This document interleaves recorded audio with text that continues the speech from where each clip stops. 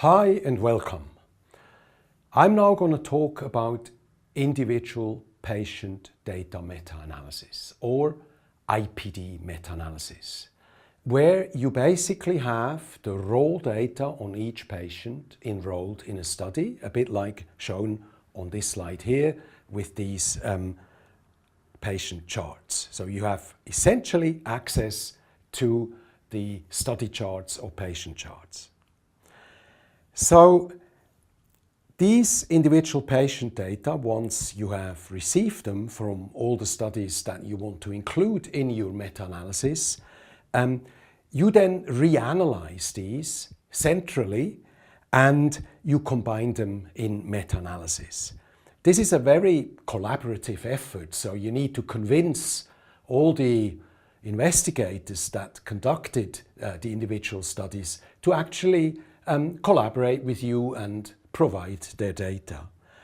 This IPD approach has many advantages and it has been called the gold standard in meta-analytic research. It has also some disadvantages and it's not always feasible. So that's what we will be discussing in the next few minutes. The situations where IPD data to be included in a meta-analysis are highly desirable include the situation where many studies are unpublished or poorly reported. So you would have difficulties to get reliable data from the published literature.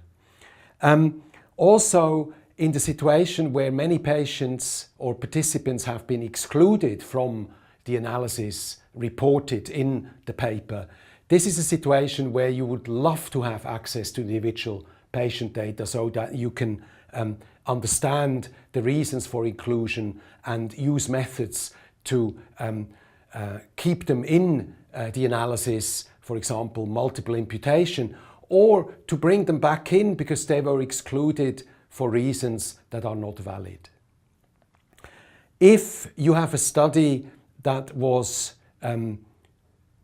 reporting on outcomes after 2 years, but all the other studies reported after 3 years, then you may be able to standardize the analysis and have all studies reporting their results at 2 years, because you can reanalyze the data and decide that you're interested in the 2-year outcome.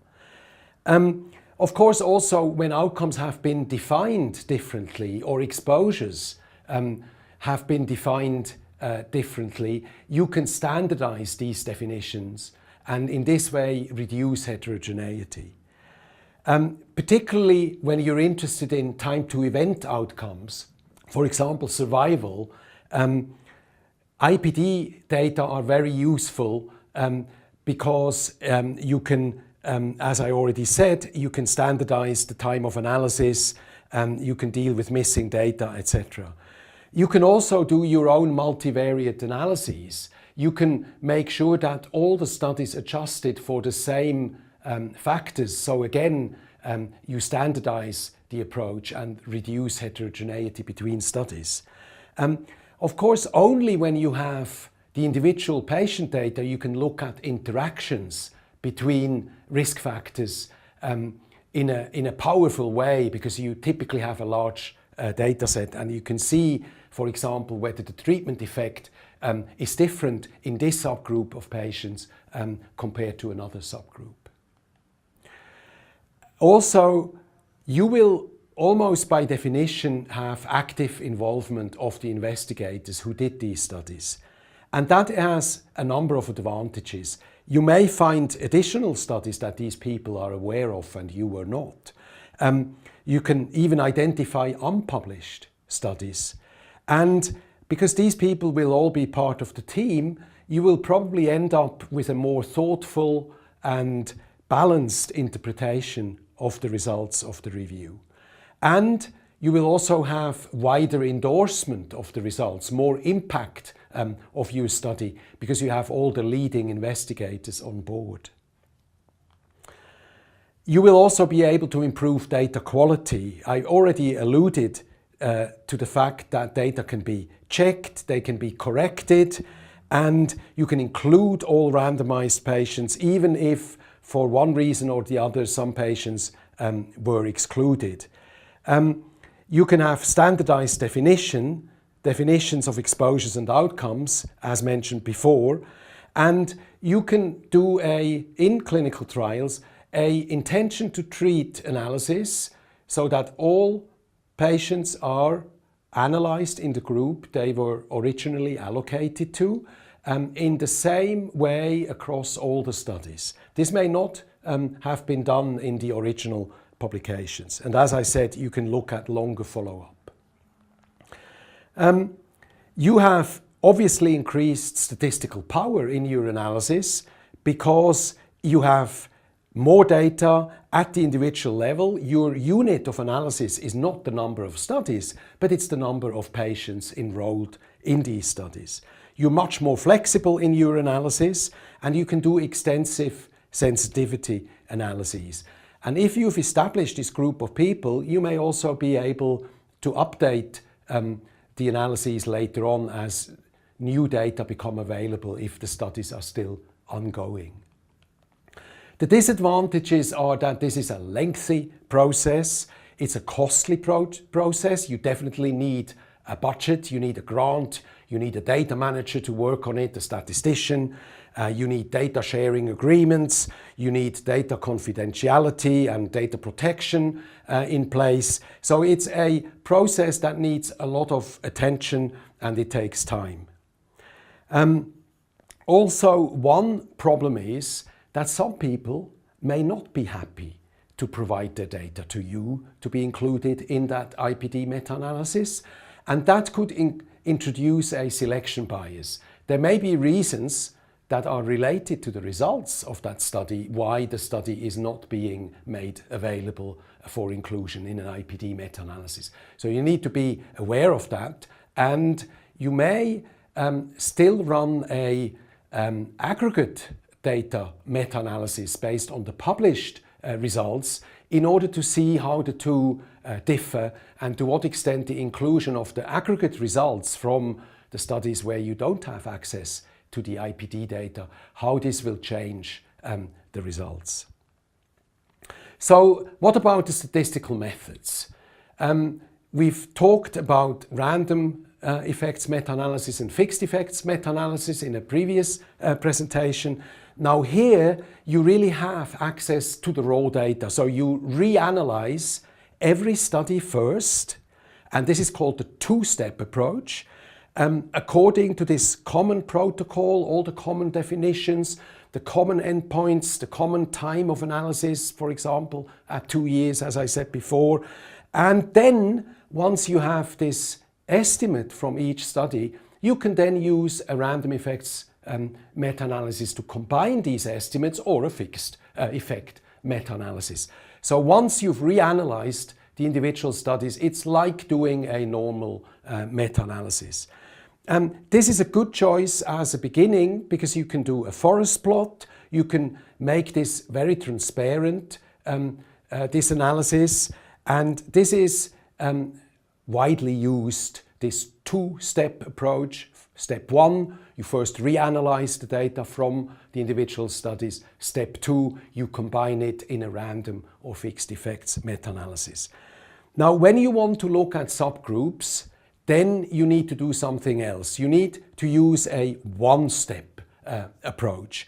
And this is basically a multi-level model, where one level of the statistical model is the study, and the other level is the patient. You have data both at the level of the study, you know who did the study, you perhaps have some quality assessment, and you have data on the individual patient. And then you can look at subgroup effects, you can look at interactions in this way, and this is the situation when you use this multi-level model where you include all the data from all the studies into one analysis. So let me give you an example. This is about erythropoiesis stimulating agents like EPO and mortality in cancer patients. As you know from the Tour de France, EPO increases your capacity to take oxygen in. Basically, it increases the oxygen availability in the muscles, and that's why cyclists use it for doping. And in medicine, this is used to prevent blood transfusions, for example, in patients with cancer who have not a lot of hemoglobin, who are anemic, and they can take this drug in order to increase their hemoglobin levels.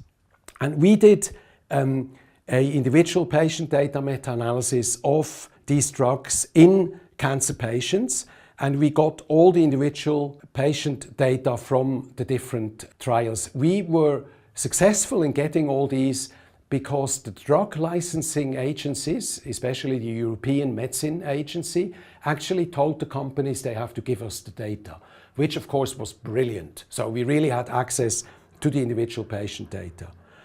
And what you see on this slide is the forest plot ordered by the result. So in the upper part of the plot, you see studies that indicated a reduction in mortality, and as you go down, you see that the studies indicate a increase in mortality associated with taking these erythropoiesis stimulating agents or ESAs. And what you see is overall there was an increased risk of mortality associated with these drugs. It was about 17% higher in people who took the drug compared to people who didn't.